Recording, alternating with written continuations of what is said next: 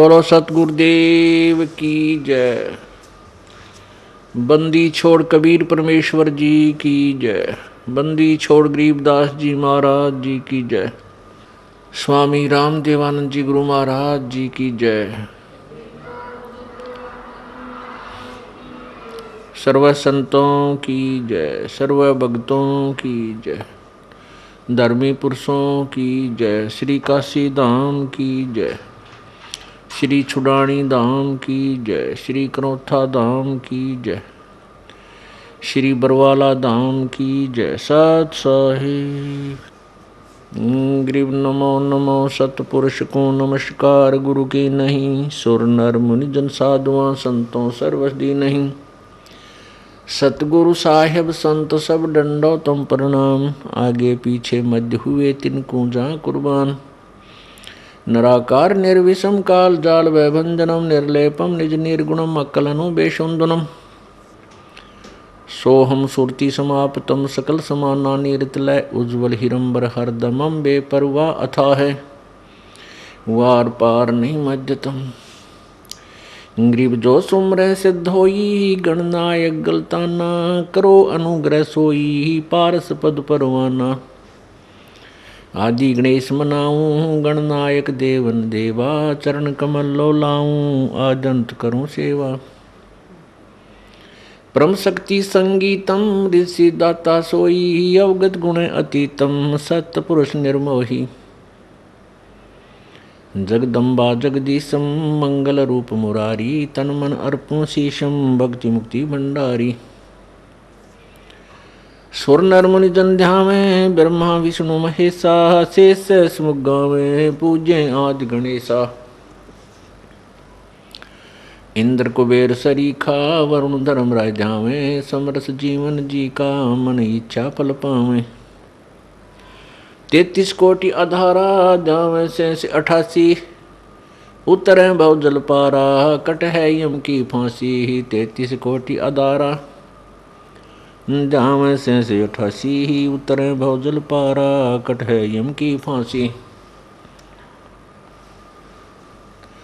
कर जोरूं विनती करूं धरूं चरण पर शीसे।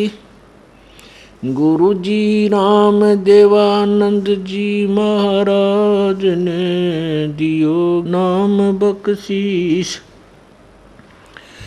कोटि कोटि सिजदा करूं कोटि कोटि प्रणाम। चरण कमल में राखियो मैं बांधी जाम गुलाम। कुत्ता तेरे दरबार का मोतिया मेरा नाम। गले प्रेम की जेवड़ी जाखें तो वहाँ जाऊं मैं। तो करो तो बावड़ू दूर दूर करो तो जाऊं। जो राखो तो ही रहूं जो देवो सो खाऊं। जय इब कै सतगुरु मिले सब दुख आखो रोए। चरणों ऊपर शीस धरूं कहूँ जो कहनी हो। कबीर साईं मिलेंगे पूछेंगे कुशलात। आद अंत की सब कहूँ अपने दिल की बात। गुरु जी तुम ना भूलियो चाहे लाख लोग मिल जाएं। हमसे तुमको बहुत है तुमसे हमको नहीं। तुमरे विसारे क्या बने किसकी शरण में जाऊं। शिव बिरंच मुनि नारदा तिनके हृदय न समाऊं। अवगुण किए तो बहुत किए करत न मानी हार। बावे बंदा बख्श दियो, बावे गर्दन उतारे। अब गुण मेरे बाप जी, बख्शो गरीब नवाज। जो मैं पूत कपूत हूँ, बहुर पिता को लाजे। मैं अपराधी जन्म का, नक्सिक भरे विकार। तुम दाता दुख भंजना, मेरी करो संवारे। बंदे तू कर बंदगी, जय चावे दीदार। अवसर मानुष जन्म का, भाई मिले न बारंबार। मानुष जन्म पाय कर, नहीं रटे हरि नाम। जैसे कुआ जल बिना, बनवाया किस काम।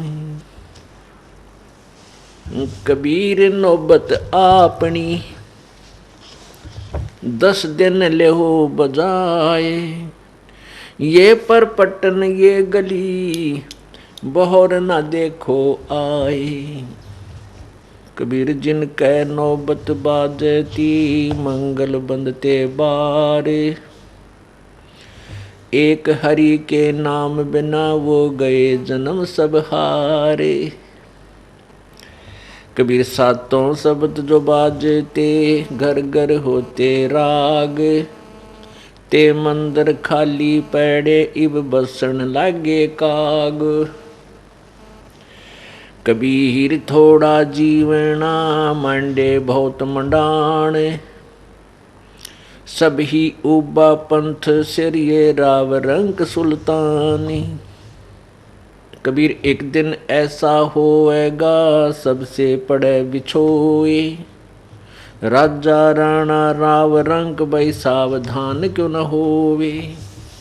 कबीर उजड़ खेड़े ठीकरी, गड़गड़ गए कुमार। वो रावण सरीखे चले गए, भाई लंका के सिकदार। कबीर ऊंचा दिसे धौल हरा, मांडी चीती पोल। एक हरि के नाम बिना, ये जम मारेगा रोल। कबीर ऊंचा मंदिर मैड़ियाँ, चूना कली ढुलाए।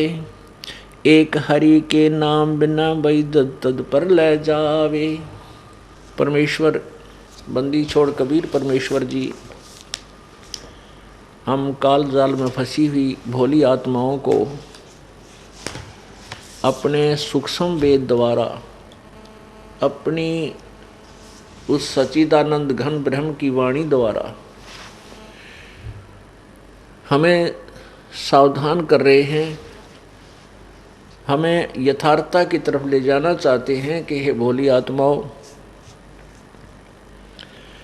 आप जिस लोक में रह रहे हो ये तो तेरा लोक नहीं है, ये तेरा रहने का स्थान नहीं है, तेरा मूल ठिकाना नहीं है। जिस वस्तु को तुम अपनी मान बैठे हो ये आपकी नहीं है। ये पूरी पृथ्वी ऐसी समझो जैसा एक रेस्टोरेंट होता है।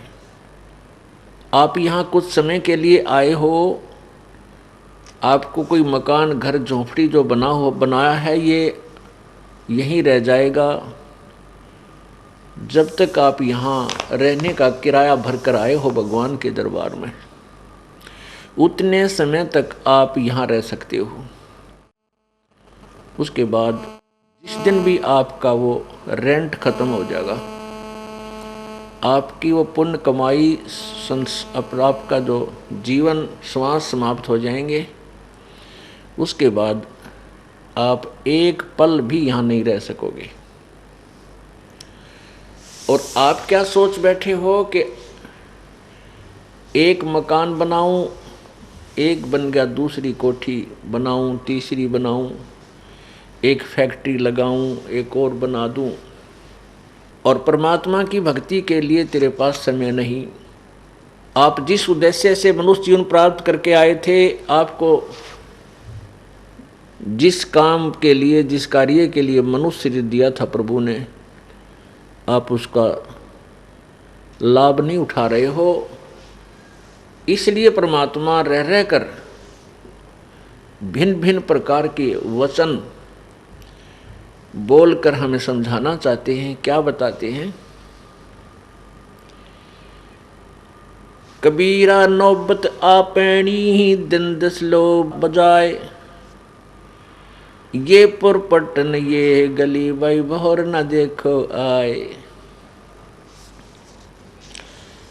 अपनी अपनी जिसका भी जिसा संस्कार है, कोई गरीब है, अमीर है, राव है, रंक है, राजा है, चाहे कोई देव बना है, ये आपके पुण्य संस्कार हैं पिछले, जैसे जिसके जितने हैं। और ये 10 दिन का मेला है। इसमें अपना जो भी तेरा संस्कार है इसको पूरा करके उसके पश्चात आप पुनः इसी मनुष्य शरीर में और उसी स्थान पर जहाँ तुम चाह रहे हो वहाँ नहीं आ पाओगे। अर्थात जिस वस्तु को तू अपनी मान बैठा है, ये बोले प्राणी या तेरी नहीं है। ये माया करतारे की अपनी कह गंवारे, जमपुर धक्के खावेगा नाहक बह बेगार। यह माया, या सारी पृथ्वी, सारा सब कुछ वो परमात्मा की है और तू इसको अपनी मान बैठा है। जमपुर, उस यम के लोक में तू जाएगा, वहाँ धक्के खावेगा और नाहक बह बेगार। व्यर्थ में तेरे ऊपर ये आपत्ति आ पड़ेगी, नरक भोगेगा। 84 लाख योनियों के प्राणियों में, शरीरों में कष्ट पे कष्ट उठाएगा।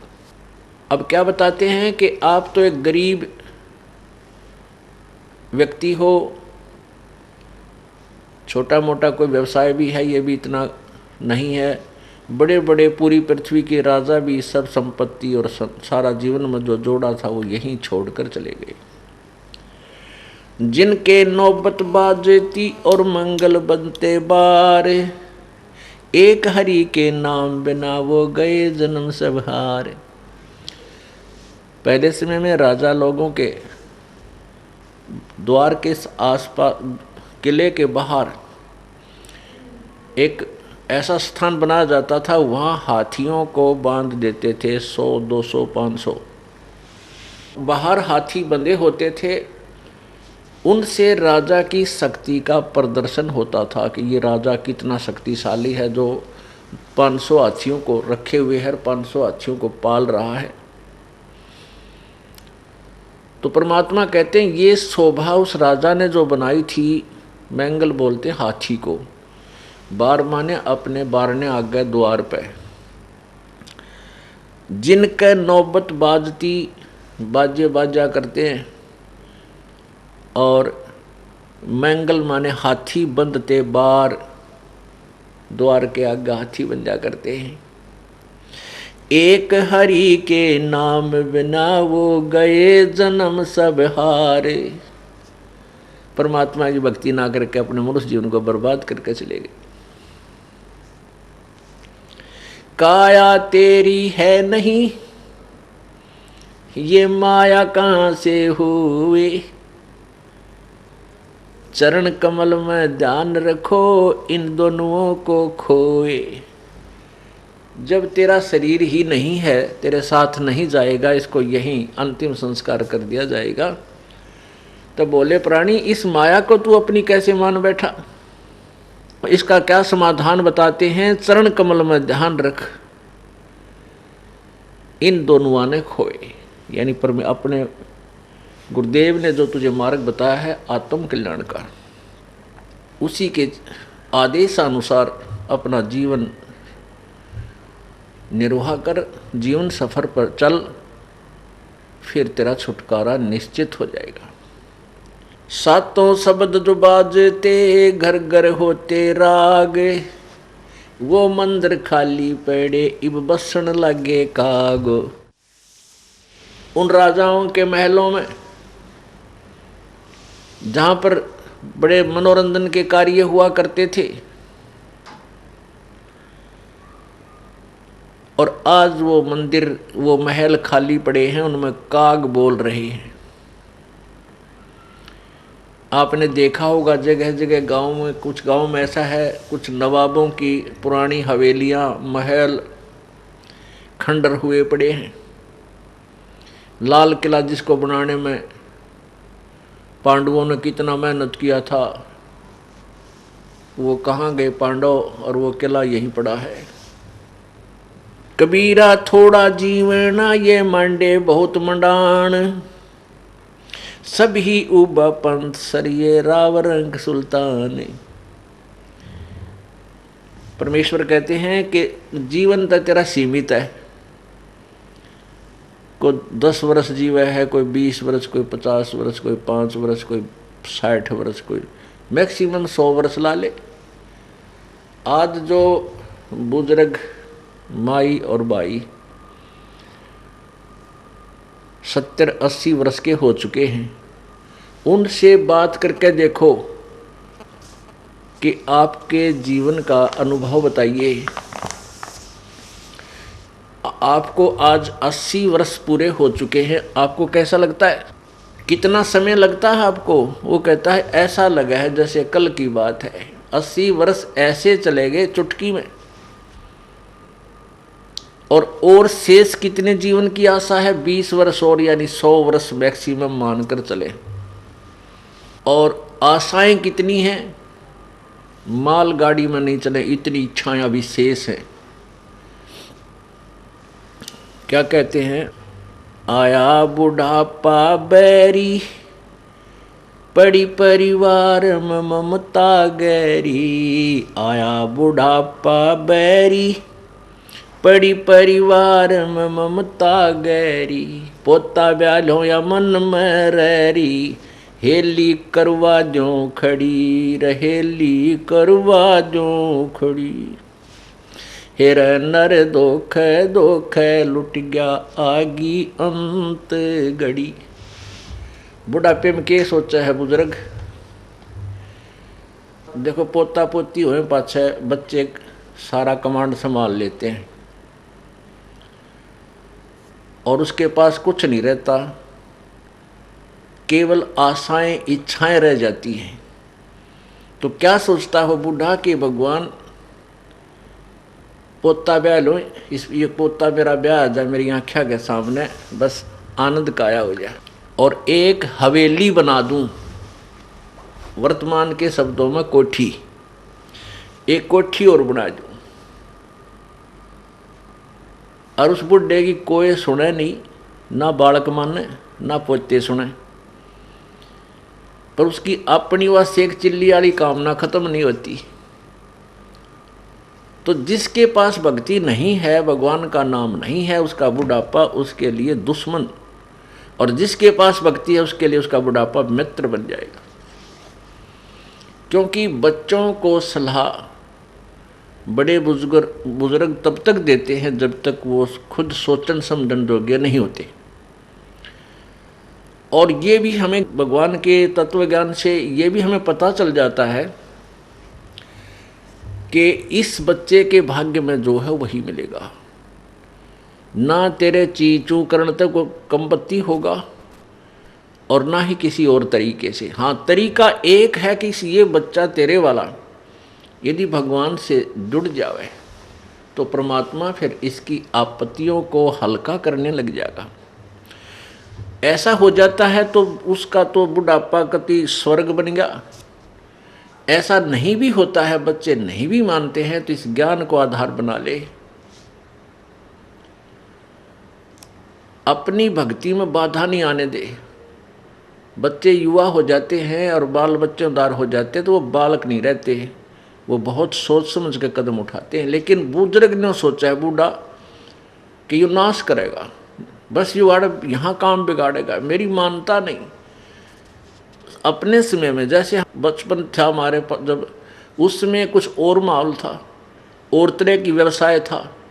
अब इस उम्र में हम 68-60 साल के हो गए, 58 वर्ष के, अब कितना परिवर्तन हो गया। अब हम बच्चों को उस अपने पुराने हिसाब से सेट करा तो कैसे होंगे? हमारी सोच तो 50 वर्ष पुरानी है। तो इस दृष्टिकोण से आधी लड़ाई हम आप बना लें बुढ़ले। तो इनको चाहिए, जिनको नाम ले लिया, अग बेटा भगवान ने याद रखो और नेक नीति तक काम करो, परमात्मा बरकत जरूर देता है आपके किए कर्म का। और कोई हानि भी होती है तो ज़्यादा होनी हो वह कम में टलेगी, ये नियम है ईश्वर का, और नहीं तो हानि नहीं होगी। तो इस तरह विचार करके अपनी भक्ति करता रहे। बच्चे कोई सलाह मांगे तो जिसी बुद्धि काम करे दे दे, बेटा मेरी तो इतनी बुद्धि काम करे है, और आप बुद्धिमान हो और भी किसी आपके साथी सहयोगी से सलाह करके इस काम को कर लीजिए। होना है फिर परमात्मा के अधीन, क्योंकि हम उस मालिक के कंट्रोल में हो गए। अब हमें आउट ऑफ लाइन नहीं जाने देगा परमात्मा। जब हम उसकी शरण में हैं, उसके उपदेश ले लिया है, उसके नियमों का पालन कर रहे हैं, तो वो परमेश्वर हमें बिल्कुल ठीक लाइन पर चलाएगा, बाहर नहीं जाने देगा। इसलिए बूढ़ा बुजुर्ग जो है अपने उस बुढ़ापे को फिर बहुत आसानी से पूरा कर जाएगा। नहीं तो ये शत्रु है, आया बुढ़ापा बैरी। जितना वृद्ध होता जाएगा, क्योंकि 2 बेटे 2 बेटी, फिर उनका 2-2 3-3 संतान है। अब पोते के गड़बड़ होगी तो बूढ़ा दुखी, पोती का होगी तो बूढ़ा दुखी, बेटी का होगी तो बुजुर्ग बुढ़िया दुखी हैं। तो कितनी कहाँ तक की आपत्तियाँ आने के लिए रास्ते खुल गए। और भगवान की भक्ति में जुट जा खूब डट के। और फिर ये भी होगा कि राम नाम पर जुट गए तो निश्चिंत हो गए। जो नाम पर नहीं लगे हैं तो संतोष हो जाएगा, भाई अपना कर्म मिलेगा बच्चे को, थोड़ा दुख होगा घना नहीं होगा। तो इस प्रकार हम अपने इस जीवन को सफल करेंगे। तो यहाँ क्या बताना चाहते हैं कि कबीर परमेश्वर जी कहते हैं, कबीर जीना थोड़ा जीवन तो थोड़ा और बांडे बहुत मंडाण। पता नहीं कितनी इच्छाएं पाड़ ली। और सब ही उबा पंथ सरिये राव रंक सुल्तान। कहते सब मुसाफिर हैं, ये चाहे राजा है, चाहे गरीब है, चाहे अमीर है, सभी ने यहाँ से चलना है। ये चलो चलो हो रही है भाई, ये सभी कूच करते जा रहे हैं। जिसका जहाँ भी रेलवे स्टेशन आ जाता वहीं उतर जाता वो। एक दिन ऐसा होवेगा सबसे पड़े बिछो। एक दिन ऐसा आएगा कि तू अपने परिवार से बिछुड़ जाएगा, इनके साथ नहीं रह पाएगा।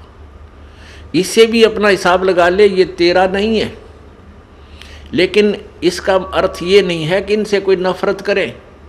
हम एक ट्रेन में बैठे हैं, एक बोगी में नारे नारे, प्रत्येक कंपार्टमेंट में। तो वो हमारे साथ बैठे हुए जो यात्री हैं, उन यात्रियों से हमारा कैसा व्यवहार होता है? अच्छा व्यवहार होता है, बात भी करते हैं, चर्चा भी चलते हैं, कोई मदद होती है वो भी हम करते हैं।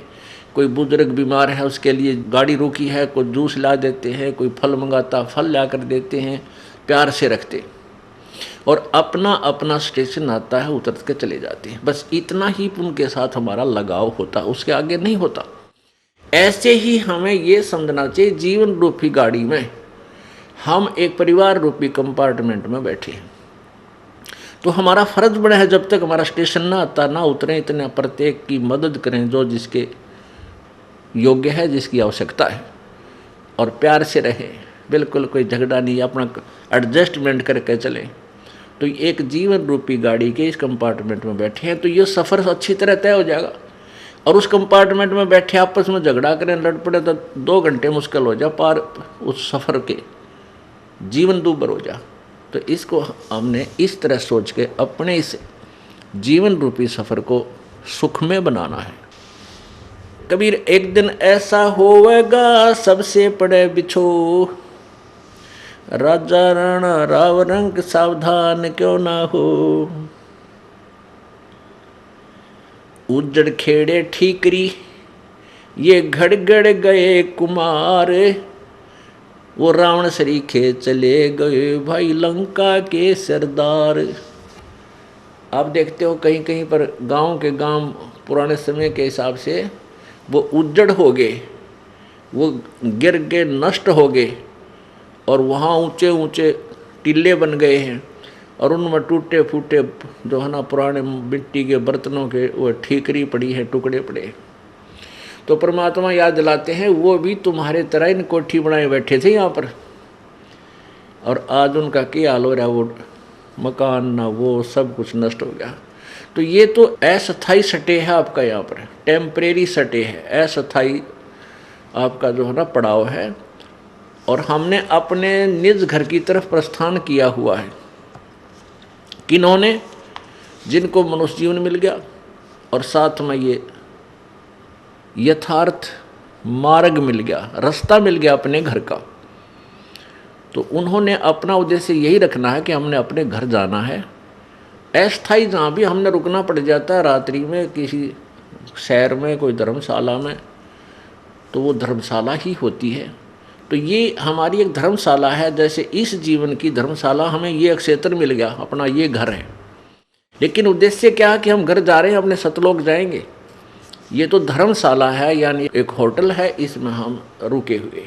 इस तरह इस जीवन को आगे चलाना है। ये बिल्कुल ये बातें कहने सुनने की नहीं है, ये कर पाड़न की है।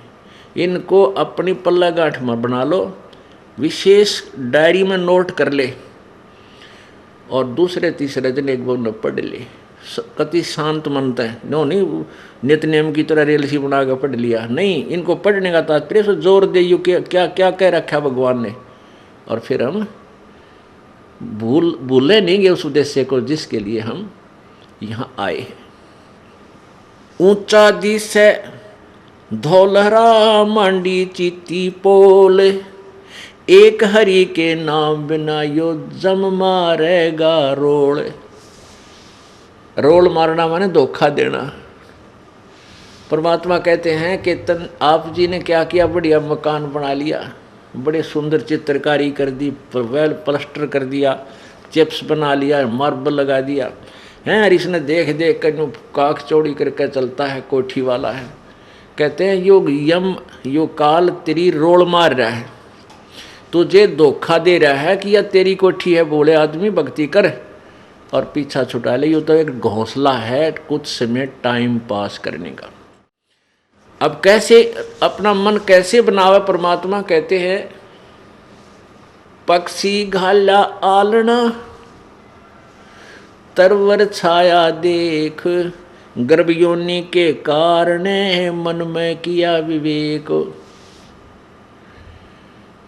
कि एक पक्षी ने घोंसला बनाया, किस उद्देश्य से? कि उसमें बच्चे पैदा करूँगा, और जब वो बच्चे पैदा हो गए, अंडे हो गए, फिर वो बच्चे बन गए, घोंसला कीता वो आप सैर सपट्टे में। तो ये मकान क्या है? ये तो एक घोंसला है। अपने इस भक्ति रूपी बच्चों को अपना पूरा करके यहाँ से चलेंगे। परमात्मा कहते हैं कि आपकी भावना कैसी होनी चाहिए इस मकान, घर, कोठी और यहाँ की संपत्ति में।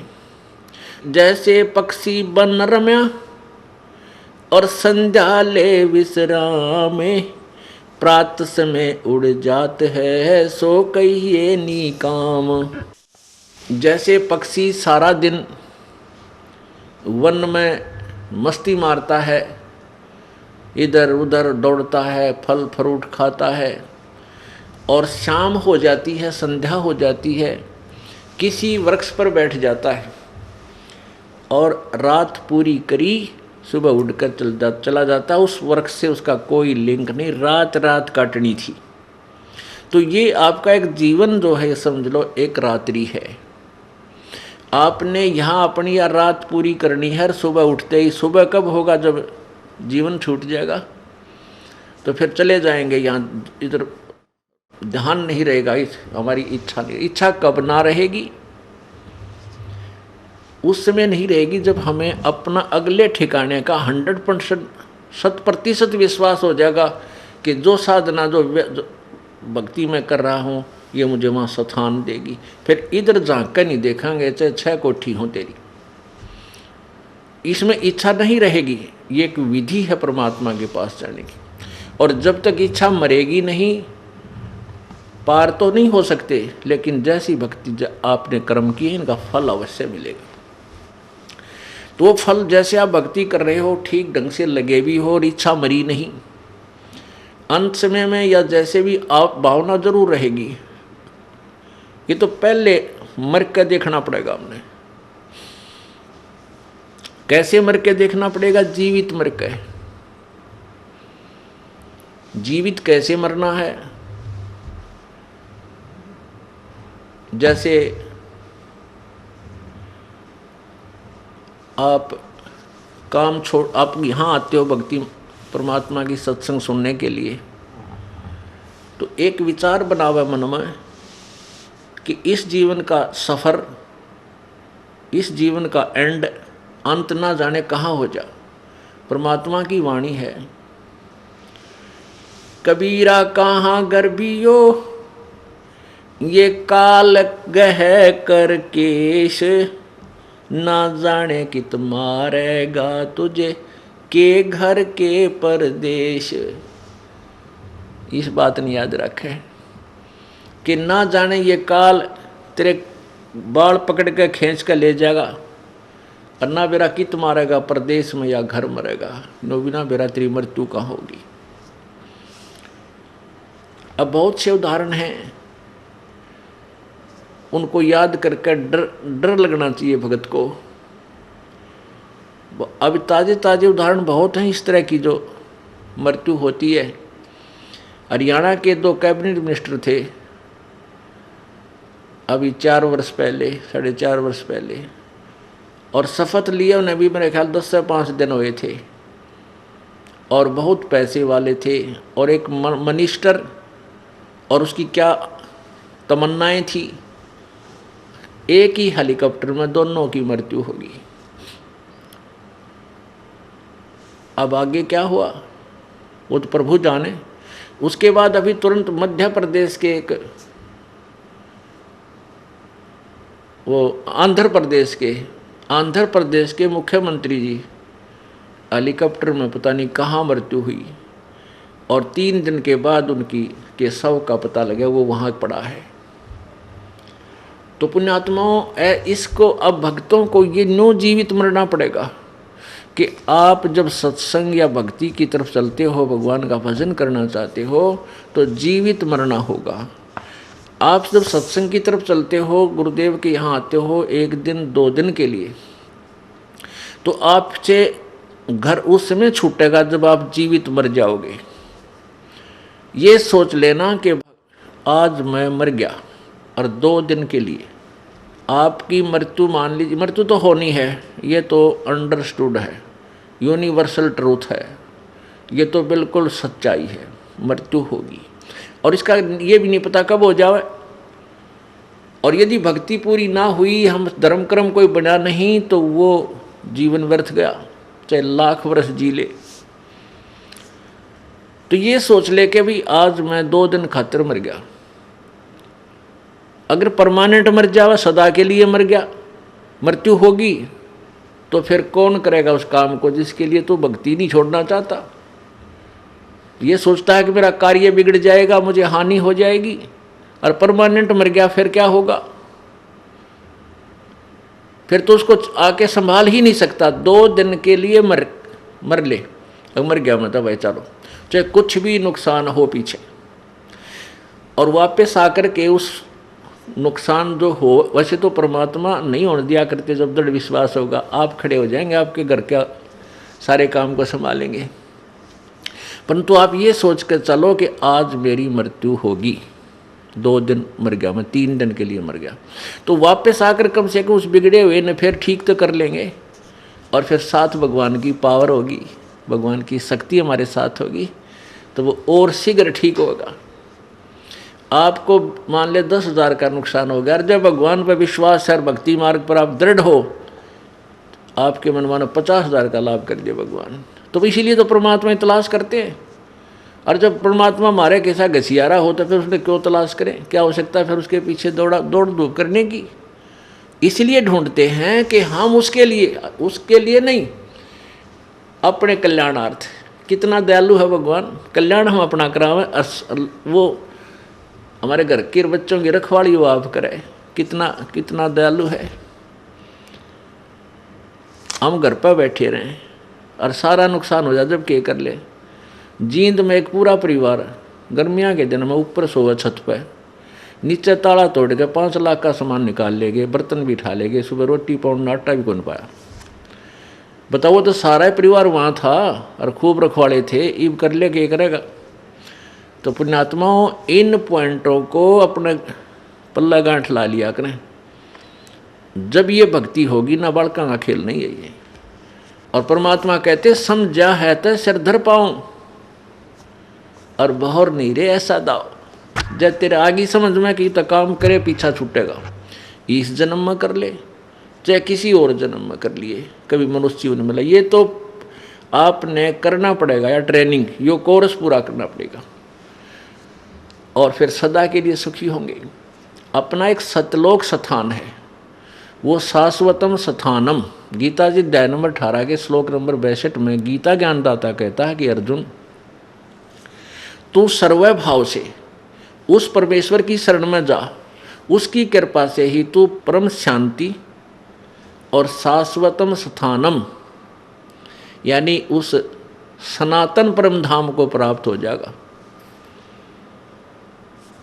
गीता जी अध्याय नंबर 15 के श्लोक 4 में कहा कि जब तुझे तत्व ज्ञान मिल जावे, उस तत्व ज्ञान रूपी शस्त्र के द्वारा इस अज्ञान रूप अंधकार को काट के अच्छी तरह इस ज्ञान को समझकर उसके पश्चात उस परम पद परमेश्वर की, उस परमेश्वर के उस परम पद की खोज करनी चाहिए, जहाँ जाने के बाद ये साधक फिर लौट कर संसार में कभी नहीं आते, और जिस परमेश्वर ने सारे ब्रह्मांडों की रचना की है। और गीता ज्ञानदाता कहता है कि मैं भी उसी की शरण हूं, वो वही पूजा के योग्य है। और अपने विषय में गीता ज्ञानदाता 4 अध्याय के 5वें श्लोक में कहता है कि अर्जुन, तेरे और मेरे बहुत जन्म हो चुके हैं, तू नहीं जानता, मैं जानता हूं। गीता अध्याय नंबर 2 के श्लोक 12 में कहा कि अर्जुन, ये मत समझ कि ये राजा लोग तू और हम अभी वर्तमान में हैं, अब हम पहले भी जो जन्मे थे और आगे भी होंगे। इससे सिद्ध है कि गीता ज्ञान दाता वो स्वयं भी नाशवान है, जन्म मृत्यु होती है। गीता जी अध्याय नंबर 4 के श्लोक नंबर 9 में गीता ज्ञान दाता कहता है कि मेरे जन्म और कर्म दिव्य हैं, अलौकिक हैं। जन्म तो होता है लेकिन वो कुछ अलौकिक है। और गीता जी अध्याय नंबर 10 के श्लोक नंबर 2 में गीता ज्ञानदाता ब्रह्म अर्थात काल बोल रहा है श्री कृष्ण जी के शरीर में। वो कहता है कि मेरे जन्म को, मेरी उत्पत्ति को ना ऋषि जन जानते, ना ये देवता जानते, ना ये सिद्ध जानते, क्योंकि ये सब मेरे से ही उत्पन्न हुए। अब इससे सिद्ध हो गया कि गीता ज्ञानदाता का जन्म तो हुआ है, लेकिन ये ब्रह्मा विष्णु महेश आदि देवता और ऋषि नहीं जानते, क्योंकि ये इसकी संतान है। अब पिता की उत्पत्ति को संतान नहीं बता सकता, दादाजी बतावे, उसकी डेट ऑफ बर्थ भी बता देगा। ऐसे ही पूर्ण परमेश्वर परम अक्षर ब्रह्म कबीर भगवान ने आकर के इस काल भगवान की ब्रह्म की उत्पत्ति, इसका डेट ऑफ बर्थ भी बता रखा है हमारे को। तो कहने का भाव ये है कि उस परमात्मा की भक्ति से हम सतलोक जाएंगे। वहाँ जाने के बाद फिर हमारा कभी जन्म मृत्यु नहीं होगा, वहाँ परम शांति, वहाँ कोई दुख नहीं। यहाँ से तो हमारी टिकट कटेगी, ये तो फाइनल है।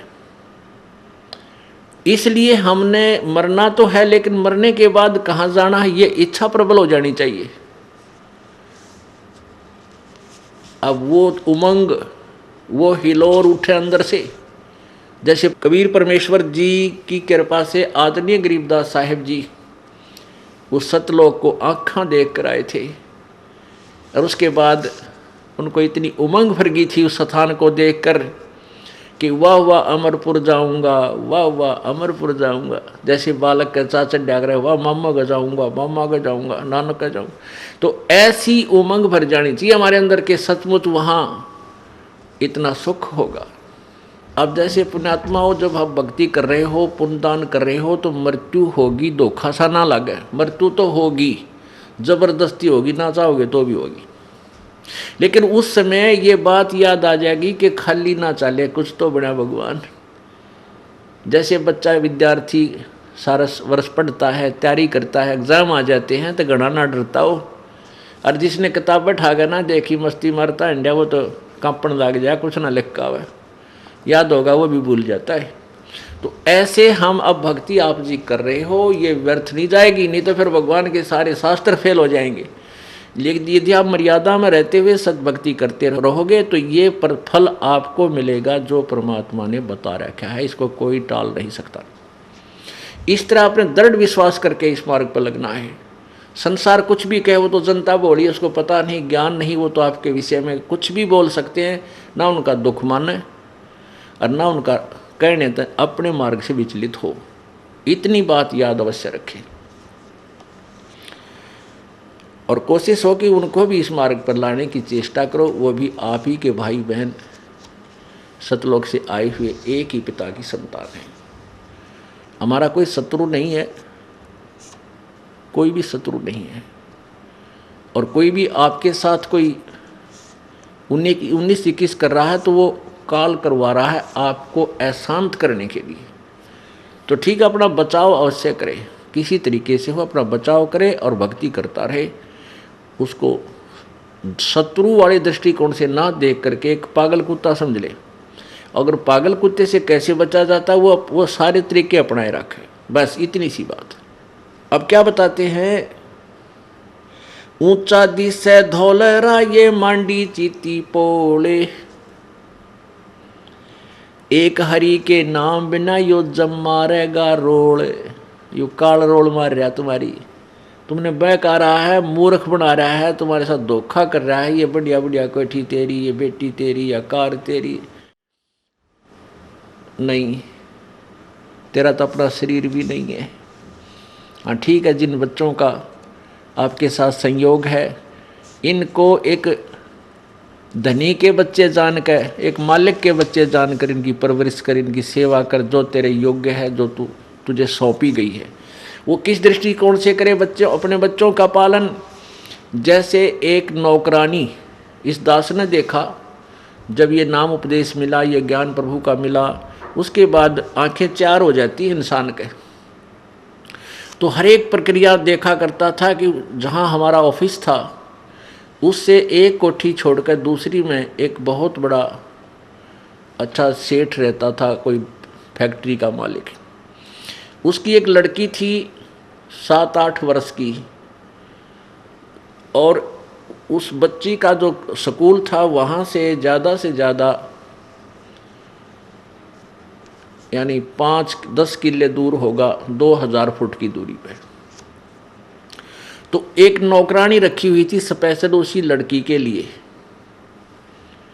वो उसको खाना बनाती थी, उसकी इच्छा अनुसार जो भी वो चाहती थी वो खिलाती पिलाती थी, नहवाती धोवाती थी, और उसको कपड़े पहनाकर स्कूल की ड्रेस, और उसको वहाँ छोड़ कर आती थी और छुट्टी होते ही लेकर आती थी। गर्मियों के दिनों में वो क्या करती थी, वो नौकरानी एक छोटी सी छतरी लेकर के उस बेटी पर, उस बच्ची पर तो छाया रखती थी और स्वयं धूप में चलती थी,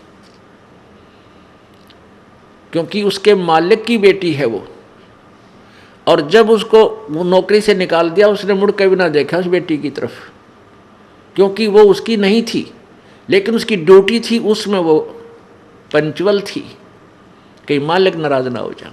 तो ये जो बच्चे बेटा बेटी आपके संस्कारवश आपके पास आए हैं, तो आपने इनको मालिक के दिए हुए, मालिक के बच्चे, और आप उनको उस परमेश्वर का नौकर जानकर सेवा करके देखो इनकी। तो फिर आपकी ठीक है, थोड़ा बहुत लगाव बच्चे में बन जाता है, लेकिन वो 2 दिन पीछा पर खत्म हो जाता है। जिसको ये हरदम यादगी कि तेरे नहीं है, अभी तो हम अपने मानते हैं इनको, और यहाँ बिगाड़ होता है। ये सोच ले ये अपने हैं ही नहीं। एक लेवा एक देवा दूतम, कोई किसी का पिता न पूतम, ऋण संबंध जुड़ा एक ठाठा, अंश में सब 12 बाटा। बहुत से प्रमाण परमात्मा ने बहुत से ऐसे उदाहरण दिए हैं, एग्जाम्पल दिए हैं, जिससे हम अपना दिल रोक सकते हैं, डांट सकते हैं और परमात्मा के चरणों में दृढ़ हो सकते हैं। उनको अपनाना चाहिए। ये फार्मूले होते हैं जिनसे ये प्रॉब्लम हल होया करते। इन प्रॉब्लम्स को सोल्व करने के ये तरीके हैं और ऐसे ही होंगे और किसी तरीके से ये हल हो ही नहीं सकता। जो परमेश्वर ने आकर के स्वयं उसकी जो है ना समाधान बताए हैं, हमने उन्हीं का पालन, उन्हीं का प्रयोग करना पड़ेगा, तब हम इस एग्ज़ाम में सफल होंगे। काचना व मैडिया चूना माटी लाए और मी चुनेगी पापनी ही दौड़ के लेगी आए। क्या बताते हैं परमात्मा कि कहा चुनाव है मैडियाँ, मैडी बड़ी बड़ी कोठियाँ, और कहते हैं चूना माटी लाए। पहले चूने को, आजकल तो सीमेंटेड बहुत अच्छी मानी जाती है, उसमें चूना, जो चूना प्रयोग करता था वो बहुत बड़ा सेठ होता था, नहीं तो मिट्टी की चढ़ाई करते थे, मिट्टी कच्ची ईंटों से अपने मकान बनाया करते थे गांव वाले। तो बहुत बड़े सेठ को परमात्मा कह रहे हैं कि कहाँ चुनाव मैडियाँ, बड़े बड़े महल और चूना माटी लाए और मौत चुनेगी पापनी, मौत तुझे चुनेगी एक दिन आके, चुग लेगी और दौड़ के लेगी आए। ये मैड इतनी बढ़ती बढ़ती रह जाएंगी। रोहतक के अंदर एक बहुत बड़ा सेठ था, उसने एक मार्केट बनानी चाहिए। मार्केट, उसका अपना पुराना सा कुछ स्थान था, उसको फोड़ फाड़ के एक मार्केट बनानी शुरू की। जैसे वहाँ काफ़ी मार्केट बन जाती, ऊपर नीचे उसमें दुकानें निकालने लगा। और उसकी कितनी तमन्नाएं थी। कहते वहाँ वो अधिक बनी थी और शाम के समय उन मजदूरों को उनकी मजदूरी का हिसाब करके, और स्वयं वह टूटी चल रही थी, गर्मियाँ के दिन थे, उसके नीचे बैठ कर नहाने लग गया। अब स्नान करते करते हार्ट अटैक हो गया और वहीं पर नहीं हो गया।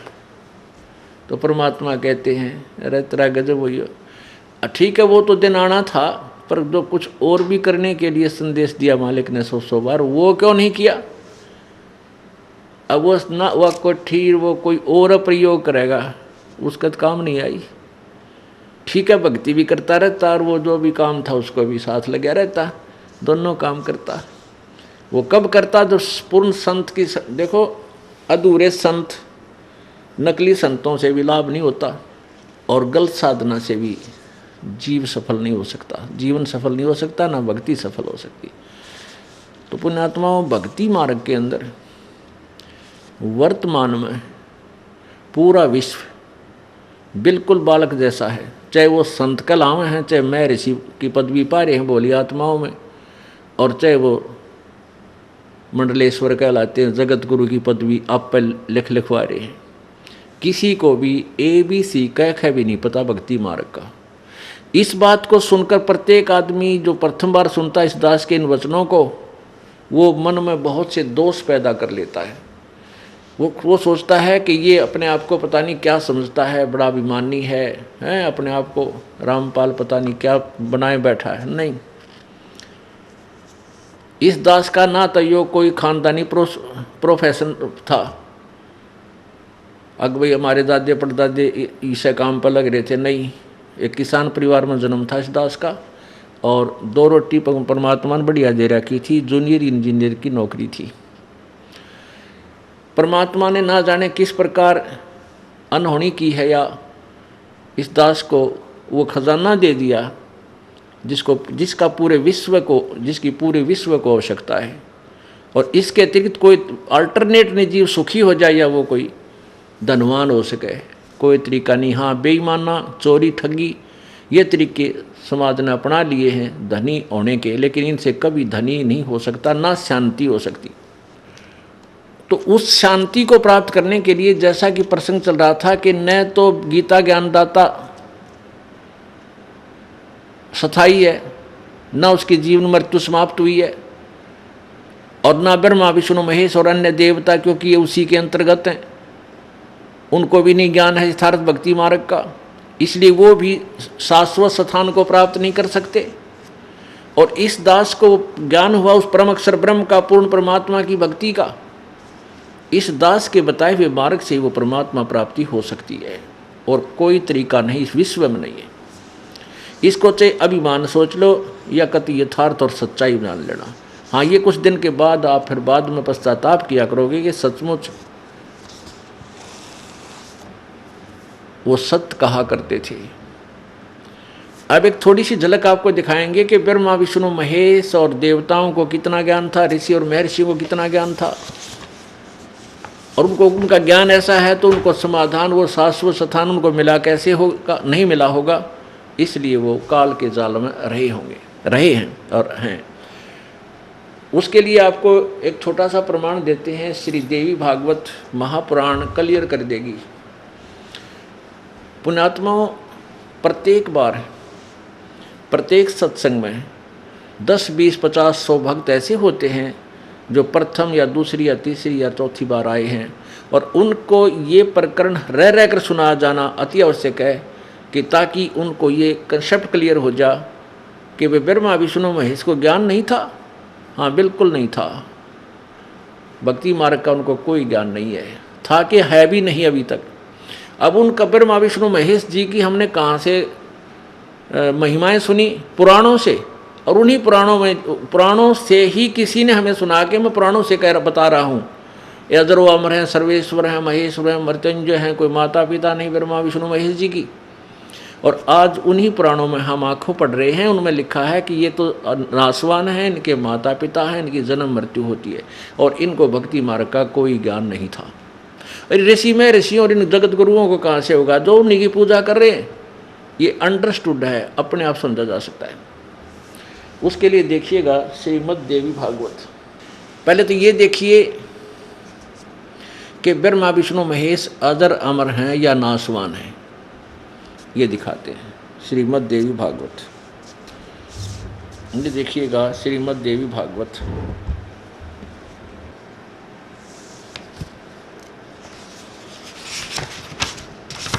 श्रीमद् देवी भागवत। संपादक है हनुमान प्रसाद पोदार चिमन लाल गोस्वामी। कहाँ से प्रकाशित है? प्रकाशक एवं मुद्रक हैं गीता प्रेस गोरखपुर, गोविंद भवन कार्यालय कोलकाता का संस्थान। अब इसके 123 पृष्ठ पर यह क्लियर हो जाएगा कि ये नासवान है ब्रह्मा विष्णु महेश जी, अविनाशी नहीं है। ये देखिए तीसरा स्कंद, ये है स्कंद तीसरा, और संक्षिप्त देवी भागवत। इसके प्रश्न नंबर 123 पर यहाँ क्या लिखा है?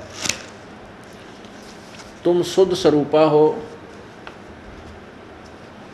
तुम शुद्ध स्वरूपा हो, यह संसार तुम ही से उद्भासित हो रहा है। विष्णु जी कह रहे हैं मैं ब्रह्मा और शंकर आम सभी तुम्हारी कृपा से विद्यमान हैं। हमारा आविर्भाव अर्थात जन्म और तिरोभाव अर्थात मृत्यु होता है। हमारा तो जन्म और मृत्यु हुआ करता है, केवल तुम ही नित्य हो, जगत जननी हो, प्रकृति और सनातनी देवी हो। भगवान शंकर बोले, देवी यदि महाभाग विष्णु तुम्ही से प्रकट हुए हैं तो उनके बाद उत्पन्न होने वाले ब्रह्मा भी तुम्हारे बालक हुए। फिर मैं तमोगुणी लीला करने वाला शंकर क्या तुम्हारी संतान नहीं हुआ? अर्थात मुझे भी उत्पन्न करने वाली तुम ही हो। देवी संपूर्ण संसार की सृष्टि करने में तुम बड़ी चतुर हो। इस संसार की सृष्टि, स्थिति और संहार में तुम्हारे गुण सदा समर्थ हैं। उन्हीं तीनों गुणों से उत्पन्न हम, शंकर जी कह रहे, हम ब्रह्मा विष्णु एवं शंकर नियमानुसार कार्य में तत्पर रहते हैं। अब इस उल्लेख से श्रीमद् देवी भागवत यानी दुर्गा पुराण के इस 123 पृष्ठ यानी तीसरे स्कंद में ये स्पष्ट हो गया। इसने 3 कंसेप्ट क्लियर कर दिए। एक तो श्री ब्रह्मा विष्णु महेश जी की जन्म मृत्यु होती है, ये अविनाशी नहीं है। दूसरा ये हो गया कि रजगुण ब्रह्मा है, सतगुण विष्णु, तमगुण शिव जी। ये एक एक ये रजगुण है, ये गुण युक्त है। रजगुण ब्रह्मा, सतगुण विष्णु, तमगुण शिव जी, और ये दुर्गा से उत्पन्न हुए, दुर्गा के बेटे हैं। अब जो प्रसंग था कि ब्रह्मा विष्णु महेश जी को आध्यात्मिक ज्ञान नहीं था, यानी तत्व ज्ञान नहीं था, वेद ज्ञान नहीं था, इसका प्रमाण आपको दिखाते। और न ही इन ऋषियों, महर्षियों और ब्राह्मणों को था, सतयुग में ही नहीं था, तो अब कलयुगी ऋषि महर्षि जगत गुरुओं को कहाँ से ज्ञान होगा, ये देवी पुराण स्पष्ट कर देगी। ये देखिएगा श्री देवी पुराण, ये वही श्रीमद् देवी भागवत है, यानी दुर्गा पुराण, गीता प्रेस गोरखपुर से प्रकाशित है। इसके वही हनुमान प्रसाद पोदार और चिमनलाल गोस्वामी, ये इनके संपादक हैं। ये वही गीता प्रेस गोरखपुर से प्रकाशित है। प्रकाशक एवं मुद्रक हैं गीता प्रेस गोरखपुर, गोविंद भवन कार्यालय कोलकाता का संस्थान। अब इसके 28 पृष्ठ पर हम देखते हैं, ब्रह्मा विष्णु नारद और व्यास जी, इन सब के ज्ञान का, इनको कितना ज्ञान था ये स्पष्ट हो जाएगा। ये देखिएगा, यह है प्रथम स्कंद,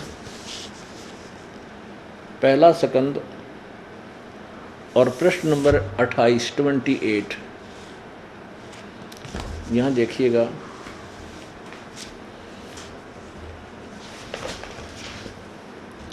नारद जी ने कहा,